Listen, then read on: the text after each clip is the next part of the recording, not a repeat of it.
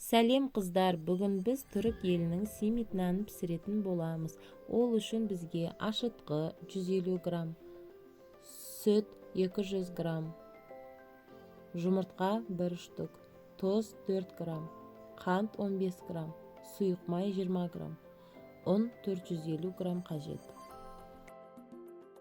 Ыдысқа ашытқыны салып, оған сүтті құйып, жақсылап араластырамыз.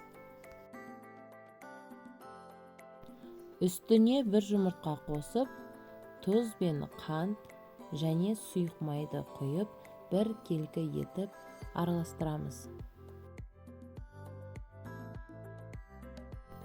Одан кейін 450 грамм ұнды қосып, қамырды жақсылап илейміз.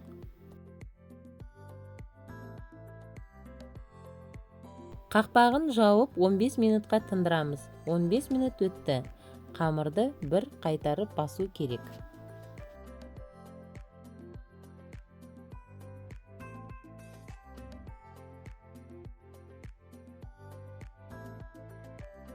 Енді оны 1 сағатқа үстел үстінде қалдырамыз. 1 сағаттан соң қамырды дәл видеодағыдай обминка жасаймыз. Обминка дегеніміз қамырды қолмен созып, конверт тәріздес етіп бүктеу.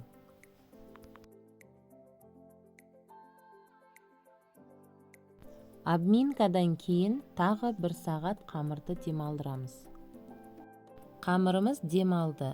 Енді оны 8 бөлікке бөлеміз.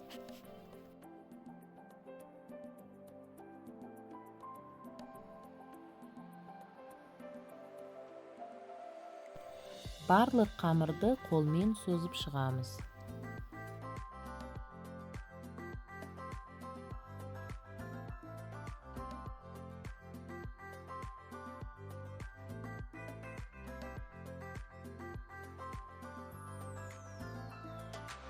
Екі қамырдан қосып ширатып өреміз.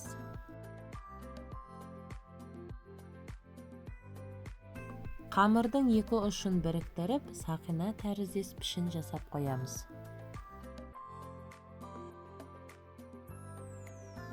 Мен силикон коврик төседім, ал сіздер пергамент қағазына қойсаңыздар да болады. Енді симит нанына кунжут жақпасын дайындаймыз. Ол үшін баяу отқа 1 кесе кунжут дәнін қызартып қуырамыз. Бөлек ыдысқа 4-5 ас қасық сұйық бал құямыз. Егер қою болса, аздап су құйыңыздар. Қамырымызды балға малып, оны кунжутқа аунатамыз.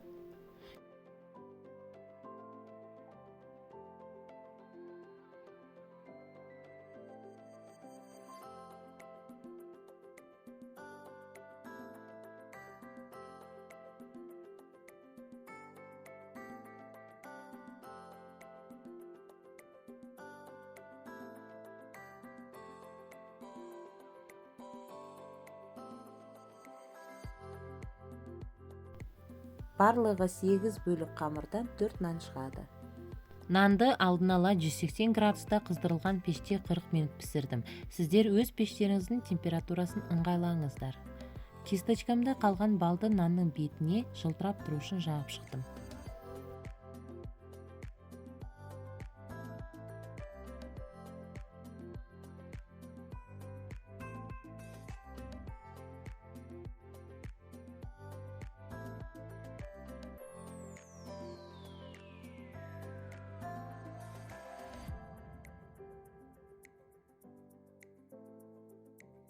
Нанымыз дайын, өте оңай, дәмді, ең бастысы ағзаға сіңімді.